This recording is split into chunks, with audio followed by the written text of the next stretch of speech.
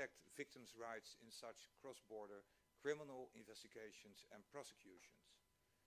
With this aspiration in mind, we are pleased to have welcomed the next of kin at our premises this morning, and now also you, representatives of the media. Thank you very much.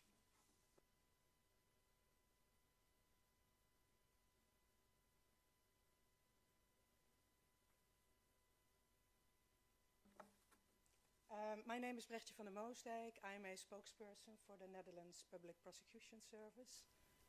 Before we start, I'd like to introduce you to the representatives of the Joint Investigation Team. From the Netherlands, there's Deputy Chief Prosecutor Digna van Boetselaar and Mr. Andy Kraag, Head of the National Crime Division of the Police. Then Australia is represented by Assistant Commissioner David McLean of the Australian Police AFP. And then we have, on behalf of the Malaysian Prosecutor's Office, the head of the International Criminal Matters Unit, Mrs. Asha Ho Su Lian. Then from Belgium, we have Erik van der Sept of the Belgium Federal Prosecution's Office. And finally, from Ukrainian Public Prosecution Service, we have Prosecutor Alexander Banik. The presentation will last approximately 45 minutes, 50 minutes, and is followed by a short Q&A answer session. Afterwards, the representatives all here on stage are available for one-on-one interviews. We will do that here or outside. But I will now give the floor to Deputy Chief Prosecutor, Mrs. Digna van Boetselaar.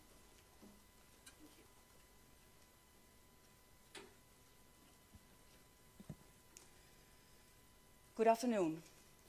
We are meeting here today to update you, possibly for the last time, about the criminal investigation into the downing of flight MH17. This summer, it will be 9 years since 298 passengers lost their lives. As in previous years, we stand here together as members of the Joint Investigation Team, and we would like to thank Eurojust as the JIT's dedicated partner for facilitating this event. In 2016 and 2018, we told you about how the MH17 disaster came about. And in 2019, we explained that 3 Russians and a Ukrainian were suspected of being responsible for the downing of the aircraft. In July 2014, these men were military leaders of the so-called Donetsk People's Republic, the DPR. On 9 March 2020, the criminal trial of these 4 defendants began in the Netherlands.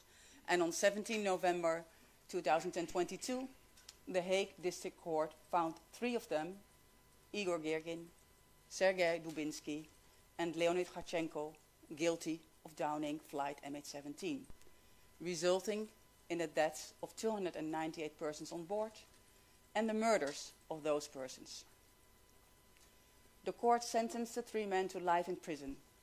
The 4th defendant, Oleh Pulatov, was acquitted. No appeal was lodged against these judgments, and the verdicts are irrevocable. In addition to considering the culpability of members of the DPR, the JIT conducted a wide-ranging investigation into the crew of the booktailer and the parties responsible for providing the weapon. To this end, the investigation team issued various witness appeals, and in 2021 it launched a media and letter campaign aimed at residents of Kursk and members of the 53rd Brigade. Various witnesses were interviewed, including members of the 53rd Brigade. In addition, the team reviewed a large number of intercepted phone conversations and other telecom data. It also investigated satellite images, gathered information about military radar systems, conducted covert investigative activities with the authorization of the examining magistrate, and examined both public and classified sources in depth. The JIT also received information from the European Space Agency and the Netherlands Defence Intelligence and Security Service. The investigation has now reached its limit. All leads have been exhausted. The investigation is therefore being suspended. At the present time, the findings are insufficient for the prosecution of new suspects. We will be making the findings of the investigation public. That is the purpose of the presentation for the next of kin, this press conference, and a report that will be published today. In this way, we are complying with our national and international obligations to keep both the next of kin and the public at large informed. This information may also be relevant to the ongoing state responsibility proceedings. We will now present a summary of the report. We will be sharing the main findings of the investigation into the crew, their superiors, and the parties responsible for providing and deploying the book-tailor. For reasons of security and privacy, we are not able to release all the information uncovered in the investigation. This decision is also motivated by the possibility of further investigation and future prosecutions.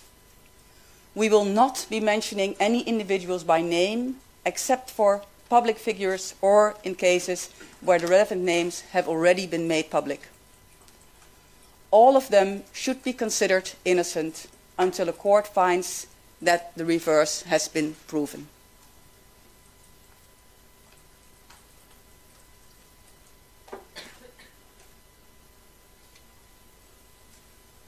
Thank you, Digna. Good afternoon, ladies and gentlemen. I'll start with the further investigation into the origin of the book TLR that was used to shoot down MH17 and the crew members and their superiors. We'll then discuss those responsible for supplying the weapon system, and finally we will turn our attention to the parties involved in the deployment of the book TLR.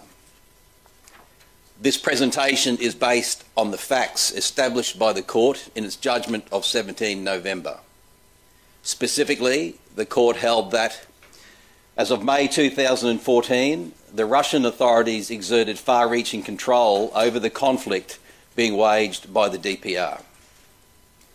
The book TLR used to shoot down MH17 came from the Russian Federation, complete with a crew. Everyone who made a contribution to the deployment of the book TLR bears responsibility for the downing of MH17. And while the exact actions of the crew during the launch of the book missile are unknown, nor is it known who gave the order to fire. To this day, the Russian authorities continue to deny any involvement in the conflict in eastern Ukraine, and they have presented falsified evidence on multiple occasions. The court also concluded that the images of the book TLR captured in Ukraine on 17 and 18 July 2014 are authentic. As a result, they could be used for identification purposes. As the JIT has explained, this book TLR has 15 specific features. A book TLR with the same features was found to be part of a Russian military convoy originating in Kursk, which followed a southerly route along the Russian-Ukrainian border from 23 to 25 June 2014. We call it Book TLR 3X2. We call it that because of the markings on its left side.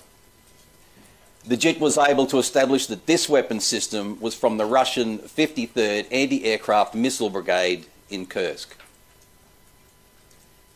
In order to determine why flight MH17 was shot down, an investigation was conducted into the identity of the crew and their superiors. After all, they should be in a position to answer that question. A complicating factor was the absence of any telecommunications involving the crew. The telephone number which the court attributed to a crew member was active in Ukraine on 17 July. This number was not tapped, nor was it in contact with numbers that were tapped. This is why we first looked at the composition and organisation of the 53rd Brigade, which consists of approximately 700 people, conscripts, contract soldiers and officers. In 2014, the 53rd Brigade consisted of a staff and communications company, a technical support company, and 3 operational battalions. Each battalion has a full book system consisting of 11 book vehicles, a command vehicle, a radar vehicle, 3 launch vehicles without radar, the TEL, and 6 launch vehicles with radar, the TILA. A battalion is led by a commander and his deputy, and each has its own staff. Each battalion is divided into 3 companies, and a company consists of 2 TILAs and 1 TEL. As the court established, MH17 was shot down by a book TILA. Generally, the crew of this weapon system consists of 4 personnel: a commander, a first and second operator, and a driver. The commander is in charge of the vehicle and communicates with the battalion or brigade command. He is the only person on board who is authorised to launch a missile. In 2014, Colonel Sergei Muchkayev was in charge of the 53rd Brigade. According to Russian military law, as commander, he was responsible for carrying out operational missions and keeping track of his unit's positions. At that time, Muchkayev was under the command of the Chief of the General Staff of the Russian Armed Forces and the Russian Minister for Defence, Sergei Shoigu. Both are subordinate to the President of the Russian Federation, Vladimir Putin. That concludes the matter of formal authority, however, which is not necessarily the same thing as de facto control over the deployment of the book TILA. We'll return to this point later. We will begin by focusing on various deployments of the 53rd Brigade in the summer of 2014. With the help of transport orders found in electronic mailboxes of several individuals, including officers of the 53rd Brigade, we were able to gain insight into the movement of equipment and personnel from the brigade's base to the border region with Ukraine at 3 points in time: 23 June, 15 July, and 19 July 2014. In late September 2014, equipment and personnel were transported back to Kursk. Book TILA 3X2 was part of the first convoy, which left on 23 June. The orders revealed that this convoy took 2 days to travel to its final destination at the Ukrainian border. Near that location, the book TILA and its crew were picked up in the early hours of 17 July 2014. The next day, they were handed over at that same location. There is a great deal of photo and video footage of this convoy of 23 June.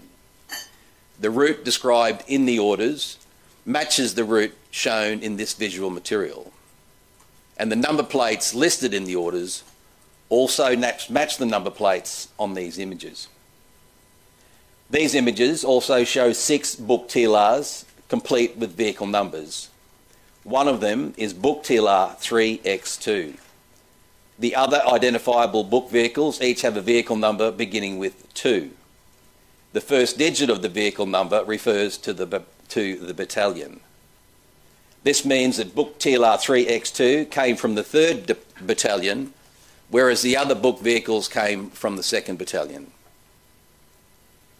The orders contain no information about the objective of the deployment near the Ukrainian border.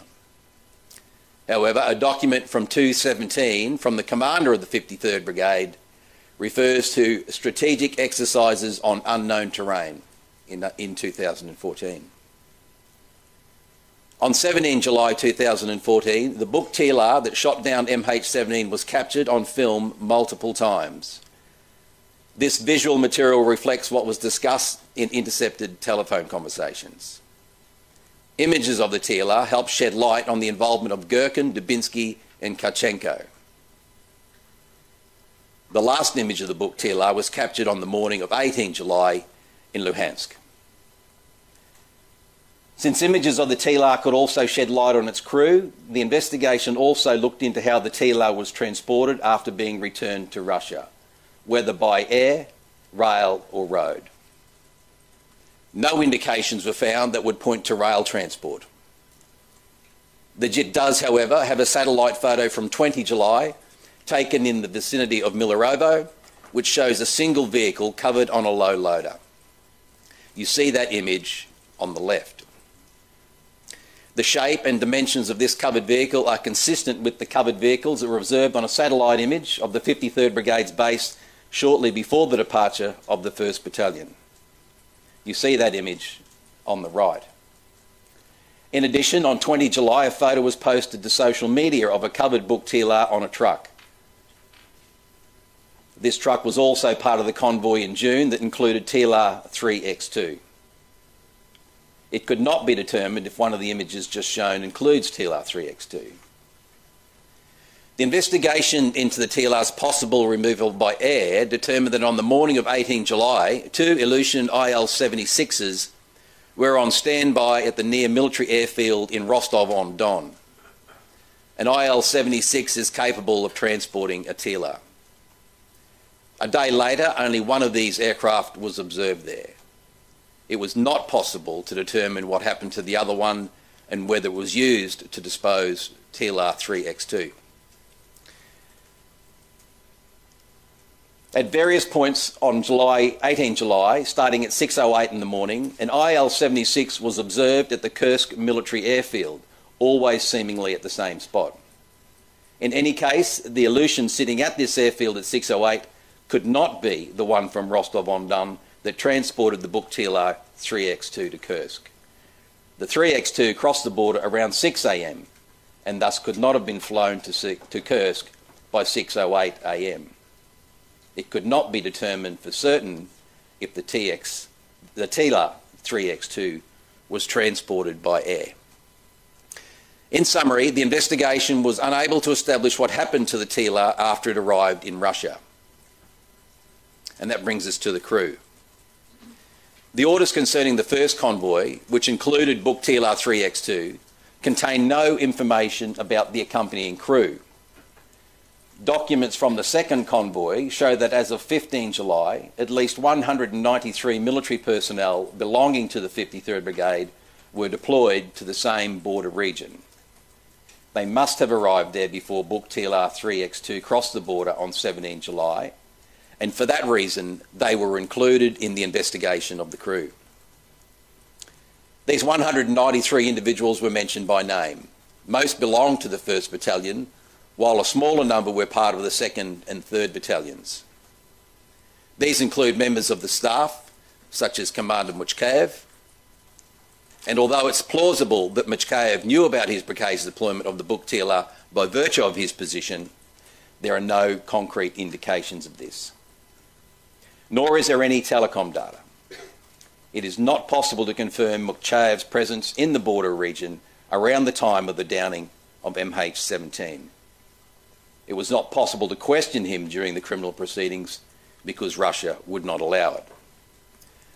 All military personnel of the 53rd Brigade, for whom there were indications they may have been in the border region when the book TLR was deployed, were investigated further. Of that number, 35 officers were considered capable, on the basis of their rank and position, of operating a book TLR. 7 other soldiers were found to have worked as a book TLR operator or as the driver of a book vehicle. These findings do not, however, rule out the possibility that there were other officers with the same skills or operators or drivers in the border region. In the course of the investigation, a number of current and former members of the 53rd Brigade were tracked down and examined. Those individuals also provided information without knowing that it would end up in the hands of the investigation team. This was the only reason that several of them stated they had been in the Ukraine in the summer of 2014 during their time with the 53rd Brigade. Investigators were unable to confirm this information through direct questioning. One of them did say that he was very afraid and unwilling to take any more risks. He was unwilling or unable to say anything about the crew. There are also chat records involving former members of the 53rd Brigade, which point to the presence of a number of military personnel of the 3rd Battalion in the Russian-Ukrainian border region in July 2014. They reportedly left separately for a secret destination. These unnamed contract soldiers were under the command of an officer who was mentioned by rank and name. The investigation revealed the identity of this officer. At the time, he was a member of the personal staff of the brigade commander, Muchkayev. It could not be determined whether this officer was present in the border region on 17 July 2014. Notably, this officer appears in photos on social media after 17 July wearing two military decorations, one for the development of and combat operations with a book system, and another for extraordinary service with the Russian security service, FSB. Information provided by a witness points in another direction. This witness said to have heard from someone in the Russian army that 4 people attached to the 53rd Brigade were involved in the downing of the Boeing. These 4 comprised the crew of the book. The witness in question mentions 2 names. The examining magistrate investigated the witness and determined on the basis of his or her position that he or she would have been capable of obtaining this information. The 2 names given match those of 2 officers of the 53rd Brigade. It has been established that at least one of them was deployed in the border region in the summer of 2014. Both were members of the 2nd Company of the 2nd Battalion. In an information report by the SBU, one of the officers named by the witness was mentioned as a crew member who had gone drinking with the separatist Tesmak after the downing of MH17. A witness confirmed this, but did not name the crew member in question. Tesmak was examined by the JIT on multiple occasions. He disputes having had any contact with the crew and denies any involvement in the downing of MH17. The investigation ultimately yielded insufficient indications pointing to Semak's criminal involvement. In summary, a total of 3 names of officers emerged who may have been involved in the downing of MH17. However, to date, the investigation has not been able to find any further confirmation of this. The Russian authorities have refused to answer any questions about the crew, as they maintain that there was never any Russian Bukhtila in eastern Ukraine. Finally, on 17 July and 25 September 2022, names and photographs circulated on Twitter concerning 4 members of the 2nd Battalion who were said to have shot down MH17. The investigation team obtained the information that formed the basis of those tweets, and this included a 2015 personnel list for the 53rd Brigade, which was already known to the JIT, and numerous pieces of passport information. On the basis of this information and the findings of its own investigation, the JIT concluded that there were no indications that these 4 individuals were involved in the downing of MH17. Thank you.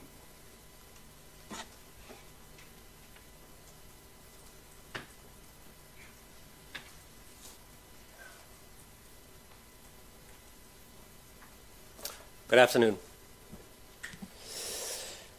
We will now consider how the Bukhtila was supplied to the DPR. And the court has established that as of mid-May 2014, the Russian Federation and Ukraine were involved in an international armed conflict in eastern Ukraine because the Russian authorities had overall control over the fighting in the DPR. DPR leaders were in close contact with Russian Presidential Executive Office, Kremlin advisors, and the Russian intelligence service. Staff members of these government bodies also came up in the JIT's investigation into the decision-making process about the provision of the Bukhtila to the DPR. The main source for this is telecom data, involving both intercepted phone conversations from the case file and new conversations. And a number of these conversations are mentioned in the report, and we will play excerpts from them shortly. We will discuss the findings of the investigations in chronological order, starting with the arrival of the Russians, Girkin and Borodai, in the eastern of Ukraine in the spring of 2014, in the immediate wake of the establishment of the Donetsk People Republic, the DPR. On the 12th of April, Girkin crossed into the Ukraine from Crimea and was appointed Minister of Defense. He was followed shortly by Borodai, who was given the role of the Prime Minister of the DPR. And both men had previously been involved in the annexation of Crimea, by their own account as advisors of the Russian Aksionov, the so-called Prime Minister of the Crimea. While in Ukraine, Borodai and Girkin stayed in close contact with Aksionov. And in June 2014, there was heavy fighting between the Ukrainian army and troops of the DPR and other separatists of the Luhansk People's Republic, the LPR. And during this fighting, both of the DPR and the LPR requested heavier weaponry, including better anti-aircraft systems. For example, Plotnitsky, the so-called defense minister of the LPR, speaks in Russia in June 2014 with the Military Intelligence Service, the GRU, and asks for heavier air defense weapons to be provided. And also, Girkin, the Minister of Defense of the DPR, makes the same request.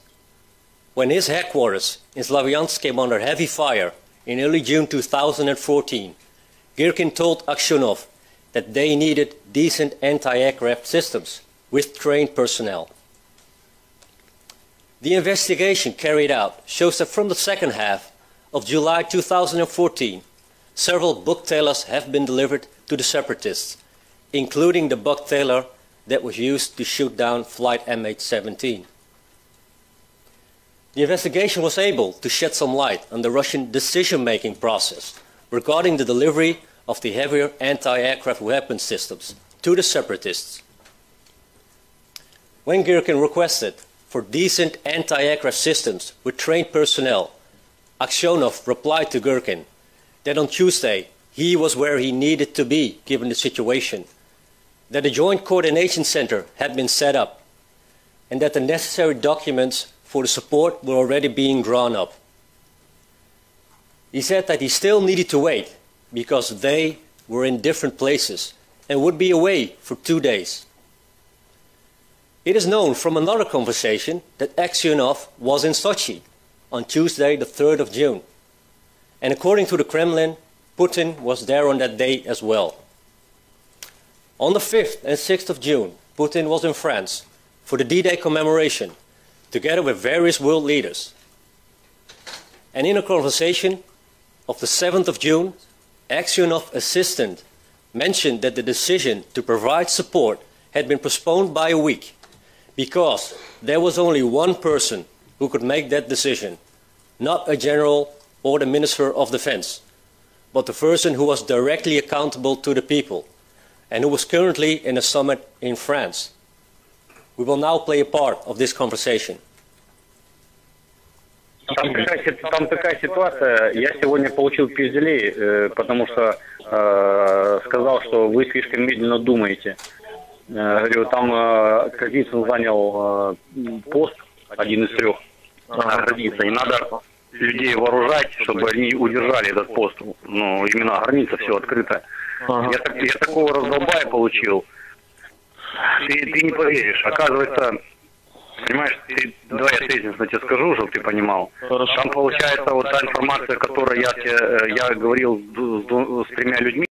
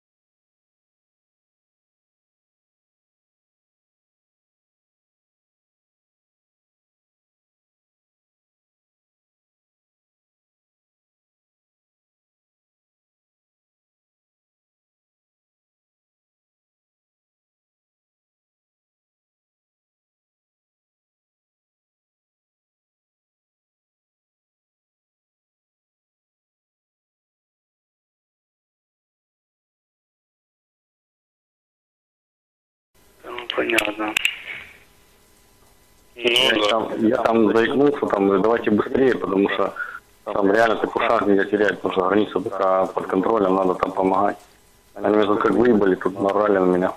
Ты не понимаешь, там, что ты просто ты что не понимаешь, что ты ее только первое указание, пока до него дойдет это время, ты тут кто-то такой там, короче. Вот. Я так понял, там ответственность только на одном человеке, только на первом, понимаешь? Все. Как он говорит, так и делается. In the second half of June 2014, Aksionov and the deputy head of the GRU, Alexei Jumin, requested a political decision on providing the People's Army in Donbass with heavier anti-aircraft systems, such as an S-200 or a Buk system. And this happened at a meeting at the Presidential Executive Office in Moscow. This office is a state body that assists the president, and it played an active role in the conflict in eastern Ukraine in 2014. The request by Aksionov and Jumin was supported by Vladislav Surkov, an advisor to Putin, and Konstantin Malofeev, an oligarch who was involved in the annexation of Crimea. A contributing factor in this regard is that separatists had previously shot down a large military transport aircraft. And following that incident, the Ukraine armed forces had started flying at higher altitudes. And this is why the separatists needed air defenses with a greater range. At this meeting at the Presidential Executive Office, a written resolution was adopted to submit the request for heavier anti-aircraft systems to Shoigu and President Putin. This request was granted. However, it's not known if the Buk system was specifically mentioned in this request. The investigation showed that the aforementioned meeting at the Presidential Executive Office, in which the participants discussed providing heavier anti-aircraft systems to the DPR, must have taken place between the 14th and the 30th of June 2014. In that period, from the 14th to the 19th of June, Borodai was in Moscow, as well as the separatist Fominov. And during that time in Moscow, both Borodai and Fominov spoke in intercepted conversations about the meetings and discussions, including a big meeting on the 19th of June, which revolved around the support, believed to be of a military nature, and which was ultimately granted. In a closed meeting with the members of the Duma on the 19th of June, Shoigu reported that the armed forces were ready to carry out any task given by the leadership of the country and the commander-in-chief, in other words, by Putin. According to the Kremlin, that evening, the Russian Security Council held a meeting on the situation on the southeastern Ukraine. It is not known if the subject of the heavier anti-aircraft system, such as the Buk, was discussed. In any event, a short time later, heavier military material, including tanks, was delivered. And also, on the 23rd of June, a large military convoy departed for the Ukrainian border, including the Buk Taylor, which was used to shoot down MH17 on the 17th of July. To this day, it has not been established whether the decision to supply the DPR with the Buk was made before or after the departure of this convoy. And at that time, Surkov, a key advisor of Putin, worked at the Presidential Executive Office, where the meeting about the air support was held. He is believed to have been put in charge in Donbass affairs in July 2014. And according to Girkin, Surkov had the tactical command, and he managed the situation in Ukraine in his capacity as advisor to Vladimir Vladimirovich Putin. In an interview, Borodai said that Surkov was the most senior Russian official involved in the matter, and that Surkov, as aide to the president, reported directly and on a regular basis to Putin. Borodai's phone data revealed that he was in close contact with Surkov nearly every day, and sometimes multiple times a day, except when he, Borodai, was in Moscow. In intercepted phone conversations, Surkov coordinated a variety of issues with Borodai, such as the encirclement of Slavyansk, the establishment of an additional security service, payments, and the intransigent attitude of a DPR commander. And in addition, when Borodai sought to coordinate with Moscow about the delivery of the refrigerated rail containers containing the bodies of the victims and the black boxes from MH17, his first point of contact was Surkov.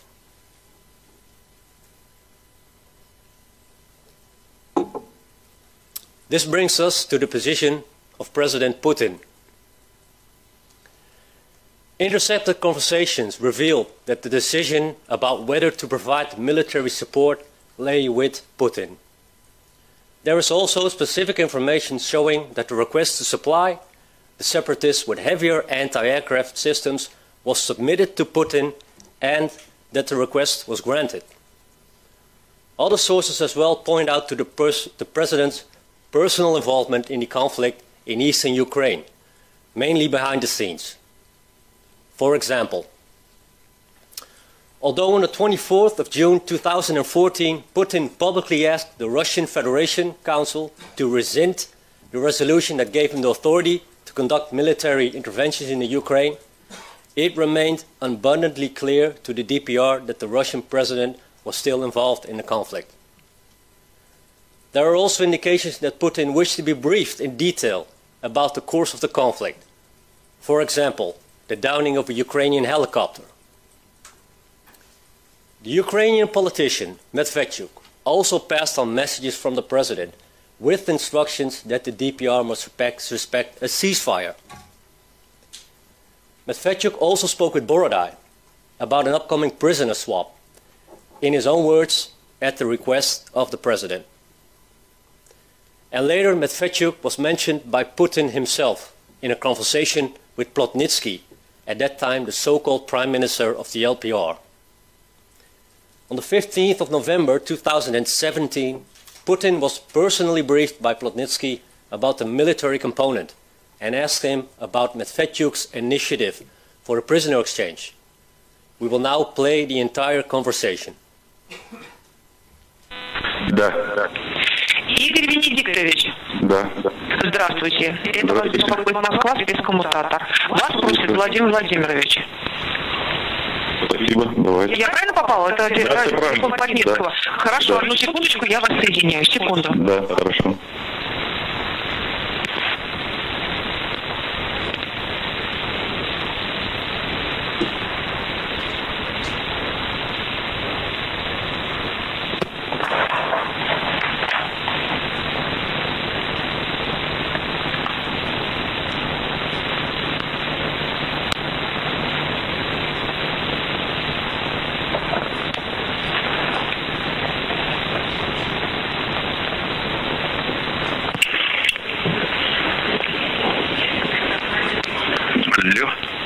Алло.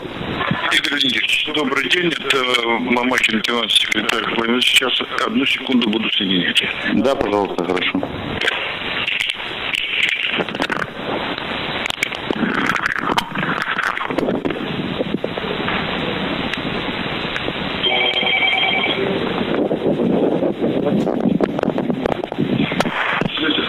Алло.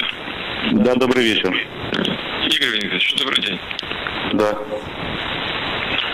Добрый день, говорю, здравствуйте. Да, здравствуйте, господин президент. Как дела у вас? Да, спасибо, Владимир Владимирович. Потихоньку. Потихонечку. Как вы оцениваете вот такую военную составляющую? Военная составляющая, мне кажется, у нас на достаточно хорошей высоте. Здесь сказать, что мы какие-то слабы. Обострения никакого, естественно, не чувствуете? Обострение периодически есть, но это именно периодически вызвано то сменой дислокации различных воинских частей, то пересменка, ну таких особо жестоких пока, слава богу, не было. А социально-экономическая ситуация? Социально-экономическая ситуация, мы как бы ее достаточно нормально сдерживаем, нивелируем различными способами, но уровень жизни, конечно же, желает быть лучшим, и у нас как бы есть и вопросы, и предложения, как его повысить, но не всегда нам удается решить эти вопросы. Я уже и Александр Владимирович сказал, может быть, мы тогда, я попрошу коллег, которые там стараются вам помочь по различным направлениям, чтобы они мне дополнительно доложили, что там происходит, а может потом увидимся, поговорим, хорошо?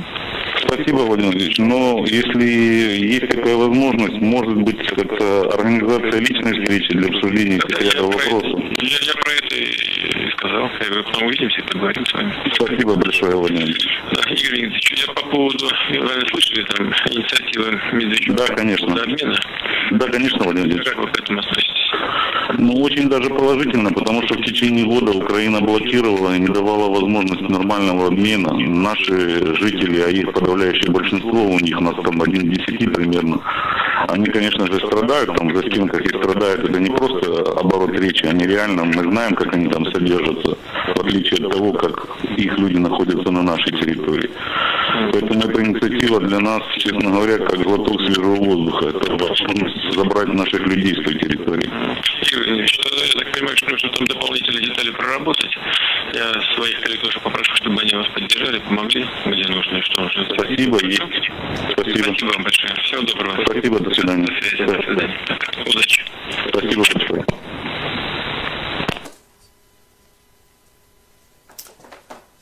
This conversation from 2017 is in keeping with the findings of late June 2014, which showed that Putin was personally involved in the conflict in eastern Ukraine. It is also in keeping with a witness statement that the same individual, Plotnitsky, carried an encrypted phone containing direct numbers for President Putin. And as the JIT repeatedly discovered, not everyone was equally disciplined when it came to security of communications. That concludes the matter of supplying the buck-tailor. The JIT previously also conducted an investigation to the parties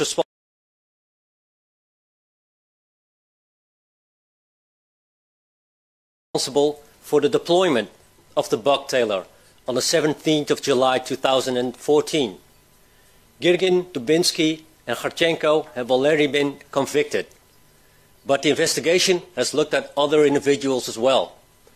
One of them is the aforementioned Borodai. In the beginning of the 6th of July 2014, over a week after the arrival of buck-tailor 3X2 at the border, changes were made to the military and political structure of the DPR. Russian generals were sent to the eastern Ukraine for the purpose of forming a joint staff for coordinating the military operations of the DPR and LPR. It remains unclear how much actual influence they exerted in July 2014. And according to Girkin, he did not receive any instructions from this staff. In the run-up to the offensive south of Schnitze, Girkin regularly conferred with Moscow. And during this period, as well as in June and August, Borodai was in almost daily contact with someone he described to others as the commander of this operation and the one that makes all the decisions. This person has been identified by the investigation team as Andrei Burlaka, an FSB general who was first deputy head of the FSB border service. And the investigation showed that in various cases, Burlaka gave orders to Borodai and was directly involved from the Russian Federation in internal DPR affairs. Burlaka also gave direct instructions to subordinates of Girkin, which Girkin, for his part, accepted. And Burlaka also appeared to have information about the military deployment in eastern Ukraine. For example, on the 16th of July, Borodai called Burlaka and asked him if it was possible that our helicopters. We will now play that conversation. Да. Владимир Иванович, да, скажите, а у нас вертолеты могут работать? Доброе утро, извините. Доброе утро. Да, у нас вертолеты могут работать в районе Марьинки, наши. Ключик включите.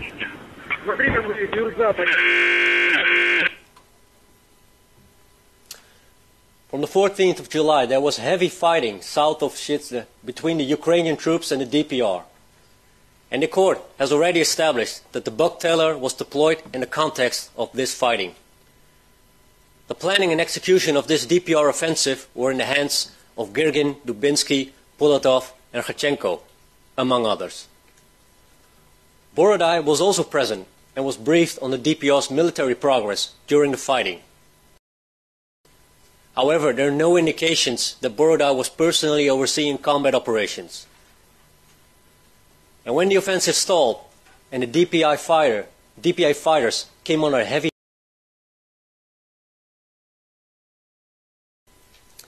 and when the bug tailor was brought into Donetsk on the morning of the 17th of July, Dubinsky made arrangements for its deployment. And at that moment, Borodai and Girkin were also at DPR headquarters. The investigation team was unable to determine whether Borodai was aware that at that time the availability of this bug tailor was present. Borodai did, however, speak to Burlaka on the phone for more than 20 times on the 17th of July. Because his calls took place on an encrypted phone, the substance of the conversations is unknown. No conversations involving Borodai or Burlaka about the downing of MH17 or the request for, delivery or removal of the bug tailor were intercepted. Nor is there any evidence that Borodai was in the vicinity of Girkin and Dubinsky when they were dealing with the removal of the book.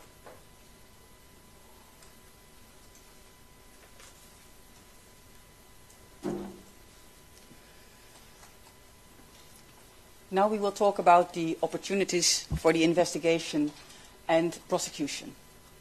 The JIT's investigation has reached its limit. As things now stand, this leads to the following conclusions. All relevant and available telecom data has now been analyzed. The JIT has investigated everything it can without the cooperation of the Russian authorities and without jeopardizing people's safety. Any further evidence must be sought in the Russian Federation. And for this, the JIT is dependent on the cooperation of the Russian authorities or Russian insider witnesses. Such witnesses cannot speak freely and would expose themselves to major security risks if they were to talk to the JIT. To this day, the Russian authorities continue to deny, contrary to the established facts, any involvement in the conflict in eastern Ukraine on and around 17 July 2014.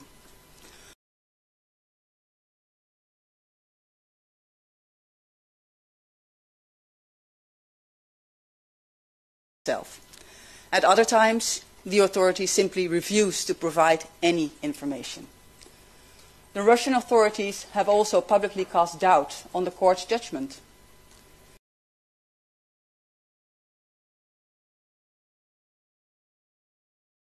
On 24 February 2022.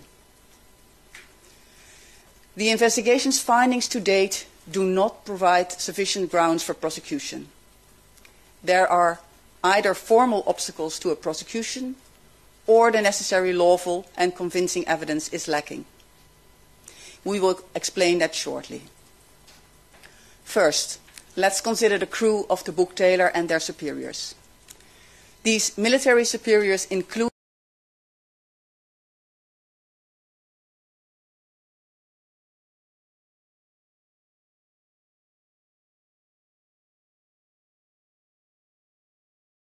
the Russian president. Second-hand information was obtained about the possible involvement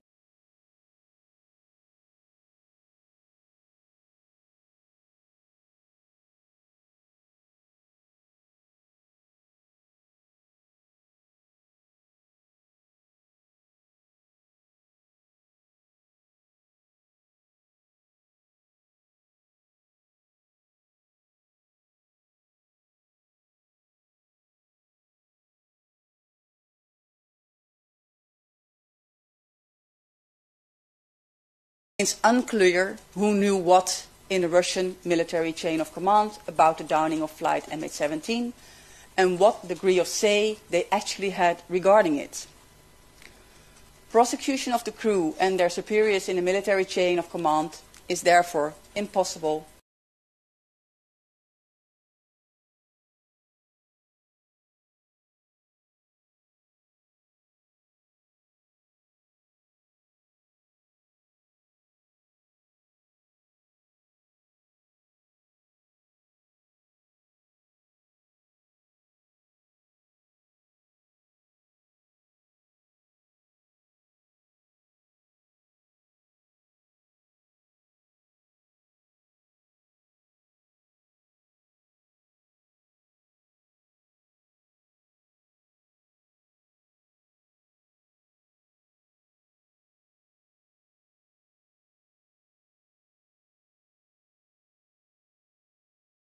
Responsible for supplying the booktailer. As the district court held, in the circumstances in question, it may be assumed that anyone who helped facilitate the deployment of this weapon had both intent and premeditation in respect of unlawfully causing the crash of flight MH17 and the death of everybody on board. There are strong indications that a decision was made at presidential level by President Putin to supply the DPR with the booktailer or, in any event, a heavier air defense system. Although we speak of strong indications, the high bar of complete and conclusive evidence is not reached. Furthermore, in addition to the possibility of combatant immunity, the President of the Russian Federation also enjoys, at the very least, immunity under international law in view of his position as head of state. Under Dutch law, heads of state cannot be prosecuted for any offense whatsoever, even war crimes. This immunity applies for as long as Putin is head of state. The investigation into the decision-making about the provision of the missile produced other names besides Putin, including Aksionov, Surkov, Dyumin, and Shoigu. In the case of Aksionov, Surkov, and Dyumin, there are indications that they supported the request for a heavier air defense system and arranged for it to be submitted to Shoigu and Putin. The question is whether, in doing so, they also had a criminal responsibility for the deployment of this weapon. In any event, they had no actual decision-making power about whether to provide a booktailer. That authority lay at a higher level.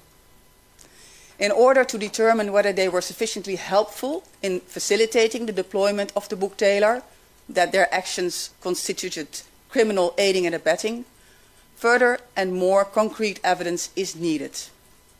There is, therefore, insufficient evidence as yet to hold them criminally liable for the downing of MH17.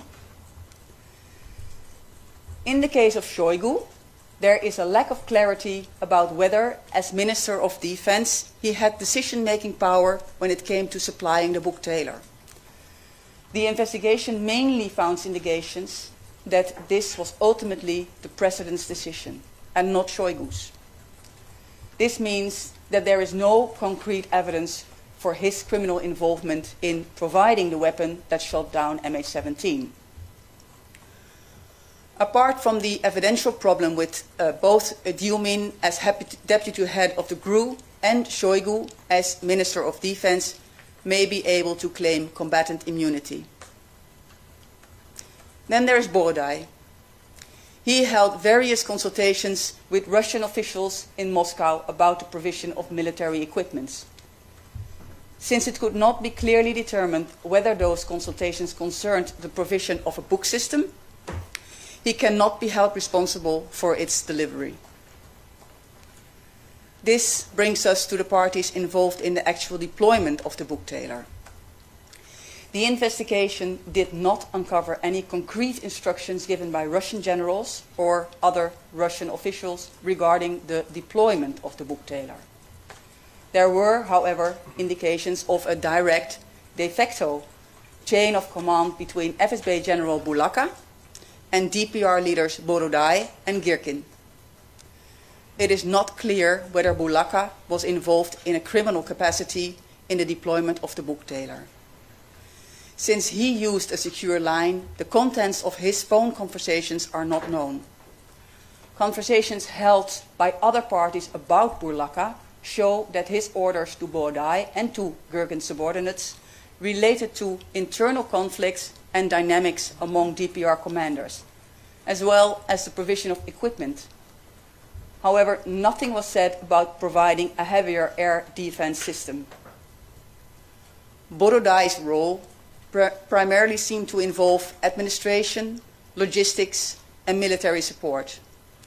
He made arrangements for support from Russia, but when it came to operational military commands, he would refer people to Girkin.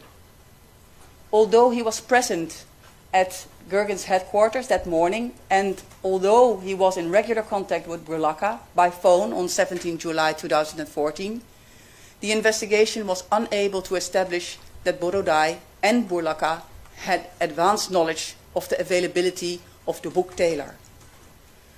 Nor could any involvement on his part in the removal of the weapon be established following the downing of MH17.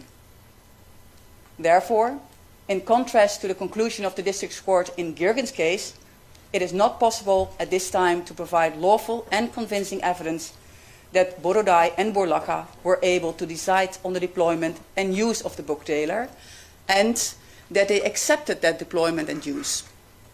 Nor is it possible to prove that they deliberately aided and abetted the downing of MH17 in another way.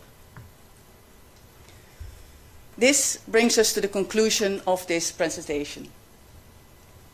After more than 8.5 years, the JIT has exhausted all scope for investigation.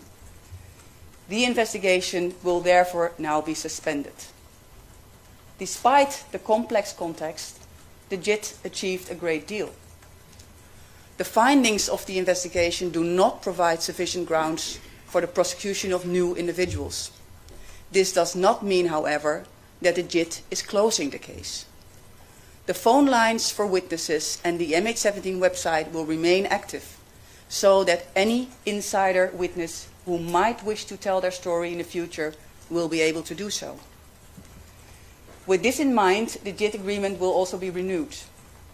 New information or a change in circumstances may give reason to resume the investigation or institute new criminal proceedings.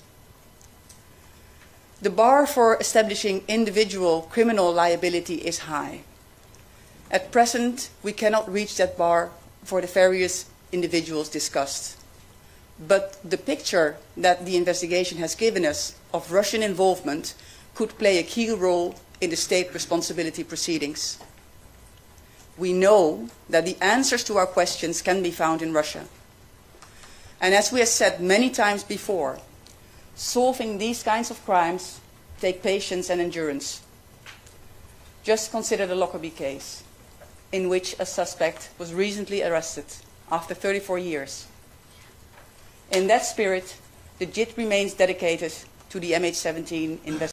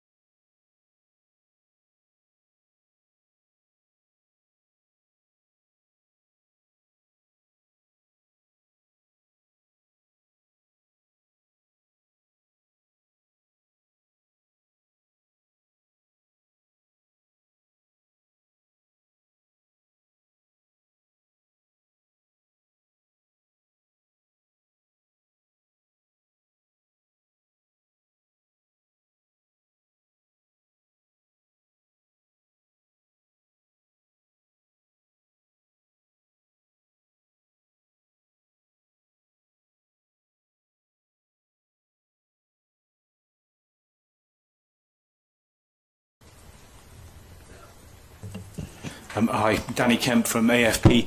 Can I just ask you, are you disappointed personally that you can't prosecute Vladimir Putin over this? Thank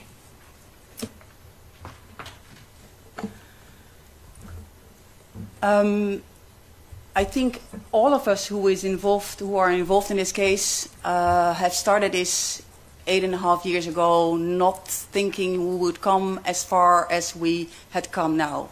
And all the time, the reason why we did this is finding out the truth for especially the next of kin. What happened? Why did it happen? Who can be held responsible?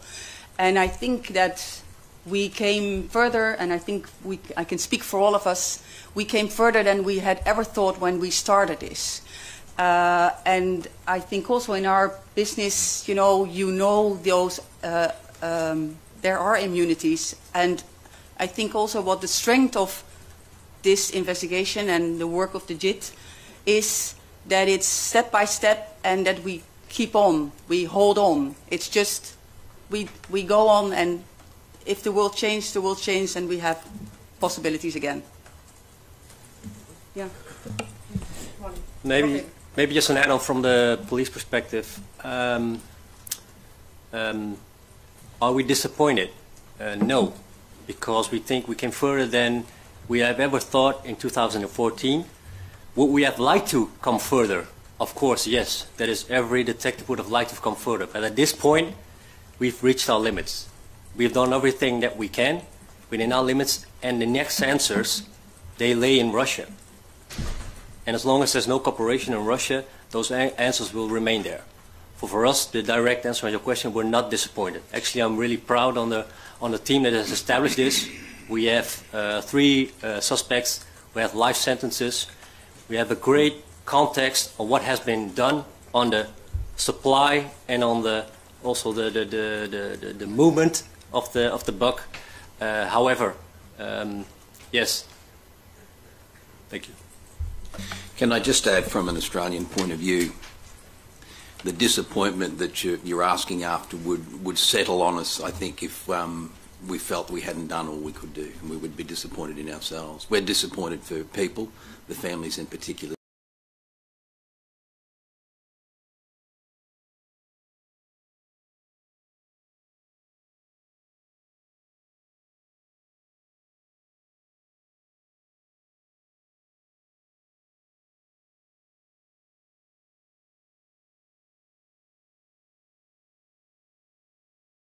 Mentioned at the very end here that the case pending before the European Court of Human Rights.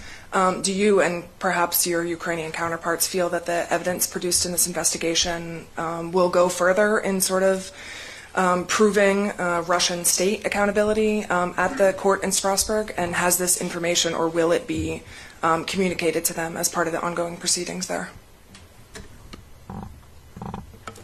We just recently had, the 25th of January, had a ruling of the European Court that they said they would look into the case, and in their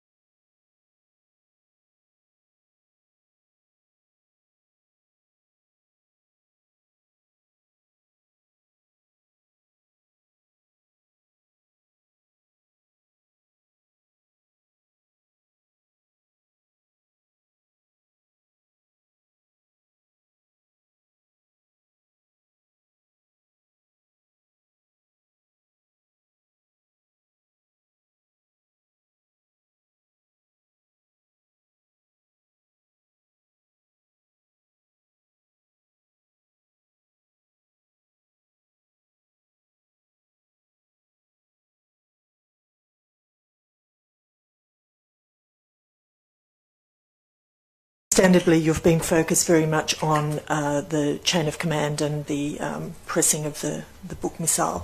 But have you also been looking at the for allowing that to happen? Now, and that's maybe also the answer to Molly's questions partly, is what our job is as the prosecutor's office and as the police, that we look into the downing of MH17 from a criminal perspective, and which individuals, not states, but individuals can be held accountable. And it's always in cases that there are also other perspectives, and there are other organizations who look into what can we learn from this, what other things can be done. And so this is about flying over another area. It's not in the criminal investigation. It's not what we looked at. We have the criminal focus on what happened with the downing of MH17 by the MOOC missile.